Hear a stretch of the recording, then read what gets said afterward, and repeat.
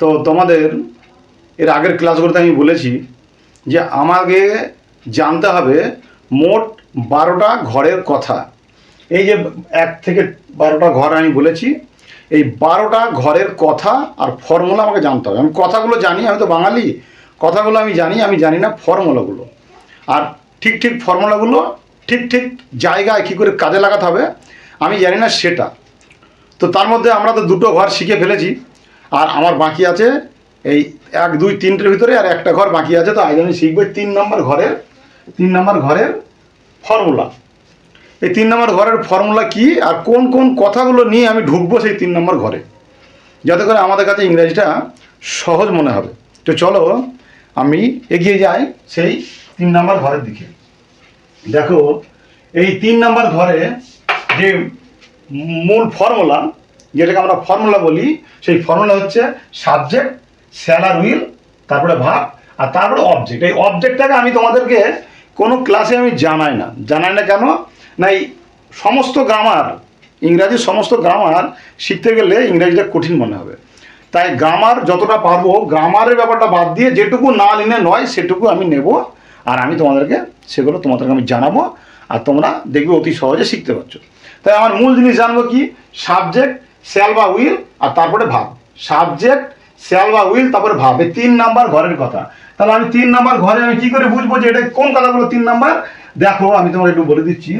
যখন কোনো কথা বাংলা কথার ভিতরে থাকবে ব, বে আর বা, তখন তুমি জেনে নেবে সেই কথাটা ওই 3 নম্বর ঘরের কথা। তো কি যেমন ববে বা হচ্ছে, ধরো আমি বলছি যে আমি করব, দেখো ব। সে করিবে বা সে করবে, দেখো বে। আর তুমি করবা আমরা বলি কি তুমি করবা, এরকম আমরা বলে থাকি। তো সেই জন্য বা, এই ব, বে আর বা যখন কোনো বাংলা কথার ভিতরে তুমি পাবে, তখন তুমি ভেবে নেবে সেই কথাটা 3 নম্বর ঘরে।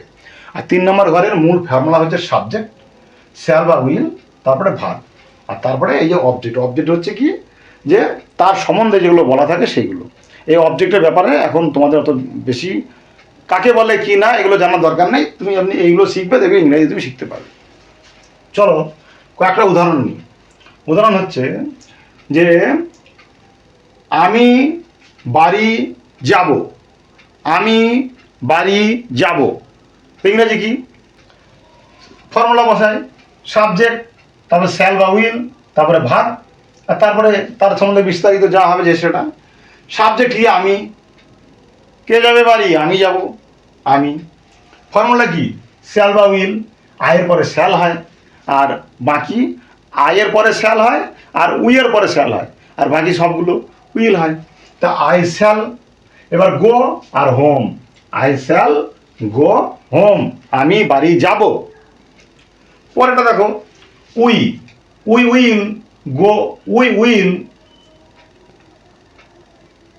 উই শ্যাল না, ওরা শ্যাল বা উইল দুটোই হবে। আমি যদি বলি ওই শ্যালের কথাটা, শ্যাল এখন আর সব জায়গায় ব্যবহার হয় না, তা উইলটা বেশি ব্যবহার হয়। তো আমি যদি বলি উই উইল বা উই শ্যাল দুটোই হবে।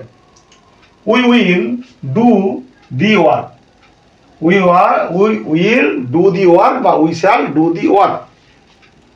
আমি কাজটি করিব, সেই কথাটা হচ্ছে we shall do the work বা we will do the work, দুটো তুমি বলতে পারো। তবে এখন শ্যালের ব্যবহার আর নেই বললেই চলে, শ্যালের ব্যবহার সেরকম নেই, উইলের ব্যবহার বেশি। তা তুমি যদি উইল বলো সেটাও হবে, শ্যাল বললেও হবে। এবার তুমি বসিবে সেই চেয়ারটিতে, তার চেয়ারটিতে, তুমি বসিবে তার চেয়ারটিতে। এবার ইউ আর উইল, এই যে ফর্মুলা উইল, সাবজেক্ট আর ভার্ব, ইউ উইল। এবার বসা ইংরেজি কি, সিট, তাহলে ইউ উইল সিট, এইটা হচ্ছে মূল ফর্মুলা। এবার কি, অন হিজ চেয়ার, তার চেয়ারে তুমি বসবে। তা তুমি বসবে তার চেয়ারে, তুমি আর বসবে, এইটুকুই হচ্ছে আমার মূল ফর্মুলা, ইউ উইল সিট। সে যাবে দিল্লি, সে যাবে দিল্লি। আমার মূল ফর্মুলা কি? কে যাবে? সে। আর এই ফর্মুলা কি? উইল। আর যাওয়া ইংরেজি কি? গো। হি will go, he will go, এটা আমার মেন ফর্মুলা, হি উইল গো।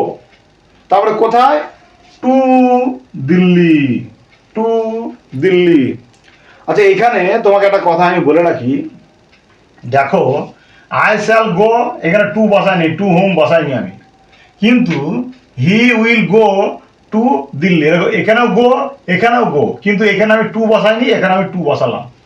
কেন না? এই হোমের আগে যে হোম, আমি বাড়ি যাব, এই হোমের আগে টু হয় না, সে কারণে ওখানে আমি টু বসাইনি। এটা তোমরা একটু মাথায় রেখো যে হোমের আগে টু হয় না, কিন্তু যখন আমি দিল্লি যাব তখন দিল্লির আগে টু হবে। আচ্ছা, এবার দেখো তারপরেরটা, সে হি উইল গো হোম। দেখো হি উইল গো হোম, সে বাড়ি যাবে, হি উইল গো হোম। এখানে কিন্তু আমি টু বসালাম না, কারণ বাড়ির আগে টু হয় না, বাড়ির আগে টু হয় না, সেই জন্য। আর দেখো আমি বলছি সে বাড়ি যাবে, দেখো বে বলছি, বে। আমি যত বাংলা কথা এখন আমি বলছি সবগুলোর ভিতরে দেখবে হয় বে ব আছে, নইলে বে আছে, নইলে বা আছে। ব, বে আর বা। যখন ব, বে আর বা কথার ভিতরে থাকবে তখন তুমি ভেবে নেবে সেই কথাটা এই 3 নাম্বার ঘরের কথা। আর 3 নাম্বার ঘরের মূল ফর্মুলা কি? সাবজেক্ট, শ্যাল বা উইল আর ভার্ব, আর তারপরে তার সম্বন্ধে যা যা আছে তা তুমি লিখবে। চলো চলে যাই পরেরটায়। রিয়া দুধ পান করবে, রিয়া দুধ পান করবে। তাহলে রিয়া ফর্মুলা কি? উইল। দেখো উইল, রিয়া উইল কি? ড্রিঙ্ক। পান করবে ইংরেজি কি? ড্রিঙ্ক।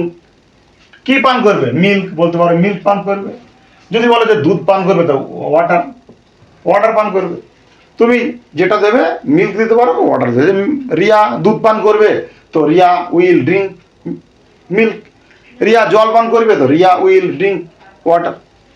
তো মূল আমার ফর্মুলা হচ্ছে এইটুকু, আমার মূল ফর্মুলা হচ্ছে এইটুকু। আর এটা হচ্ছে আমার তার সম্বন্ধে যে বিস্তারিত যেটা বিবরণ, সেই বিবরণটা হচ্ছে তারপরেটা। চলে আসি এবার। I shall return soon, return soon মানে আমি ফিরে আসব খুব শীঘ্র, আমি খুব শীঘ্র ফিরে আসবো। রিটার্ন মানে ফিরে আসা, আর শুন আমি খুব শীঘ্র ফিরে আসবো। তাহলে I shall return soon.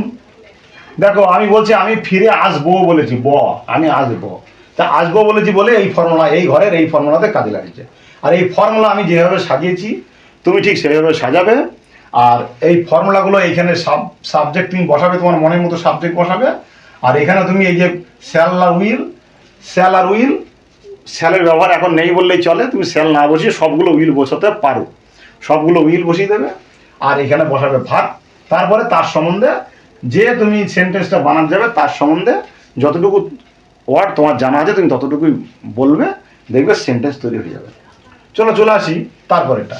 The boy will swim, the boy will swim মানে বয়টি সুইম করিবে, মানে সাঁতার কাটিবে। দি বয়, বয়টি কি করবে? সাঁতার কাটিবে। কোথায়? না ইন দি পন্ডস, পুকুরে সাঁতার কাটিবে। ছেলেটি সাঁতার কাটিবে পুকুরে। দেখেছ আমি বলেছি বে, বে বলেছি, আর বে হলে এই ফর্মুলা। ছেলেটি, দেখো দি বয় উইল সুইম আর ইন দি পন্ডস। যদি এখানে পন্ডস না বলে তুমি যদি নদীতে হতো, তার রিভার বলে দেবে, সে নদীতে সাঁতার কাটিবে। তো তুমি এইভাবে ইংরেজি কথাগুলোকে সাজাবে, দেখবে তোমার কাছে খুবই সহজ মনে হবে। এই যে মূল ট্যাকচারটা তুমি বানিয়ে নেবে আমার মতো করে। তারপরে দেখো they will get some money, they will get some money. তাহলে গেট মানে কি? পাবে, পাওয়া আর কি।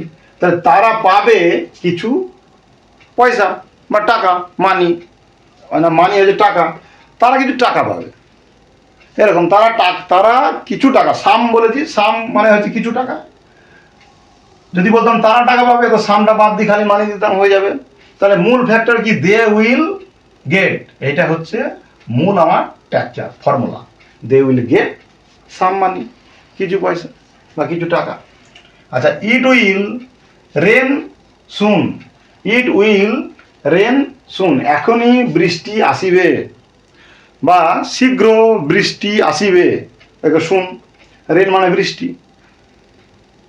এই যে ফর্মুলা, 3 নম্বর ঘরের ফর্মুলা হচ্ছে সাবজেক্ট, তারপরে শ্যাল বা উইল, তারপরে ভাব, তারপরে হচ্ছে তার সম্বন্ধে বিস্তারিত তুমি যেটুকু জানো ইংরাজি ওয়ার্ড সেগুলো সাজিয়ে দেবে, দেখবে ইংরাজি ওয়ার্ড তৈরি হয়ে যাচ্ছে। আর আজকে আমরা যেটা শিখলাম সেটা কি না, 3 নম্বর ঘরের কথা। 3 নম্বর ঘরের কথা বলতে কি কথা না, ব, বে আর বা।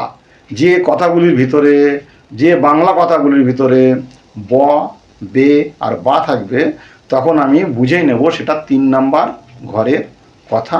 আর এই 3 নম্বর ঘরের যে ফর্মুলা, সেই ফর্মুলাটা আমি বসিয়ে নেব প্রথমে, তার ভিতরে এগুলো সাজিয়ে নেব। দেখবে আমি বাংলা কথা নিয়ে ঢুকবই ঘরে, আর সেই ওখানে কথাটা রেখে সেই ফর্মুলা অনুসারে সাজিয়ে নিয়ে আমি বেরিয়ে পড়বো, ইংরেজি হয়ে যাবে একদম ম্যাজিকের মতো। তো তোমরা দেখো, ইংরাজিটা আমরা শিখতে পারি না কেন? আমরা শিখতে পারি না শুধুমাত্র এই জন্য যে আমাদের কাছে এই ফর্মুলাটা আমাদের অজানা। আর যারা ফর্মুলা জানে, তো তারা কি করে, এই ফর্মুলা অনুযায়ী তারা এটাকে সাজিয়ে নিতে পারে না, ঠিকভাবে সাজিয়ে নিতে পারে না, যে কারণে ইংরেজিটা কঠিন। তো তুমি বাড়িতে একটু প্র্যাকটিস করবে, দেখবে তোমার কাছে খুব সহজ মনে হবে। তো তোমার দেখতে থাকো, ভালো থেকো, সুস্থ থেকো।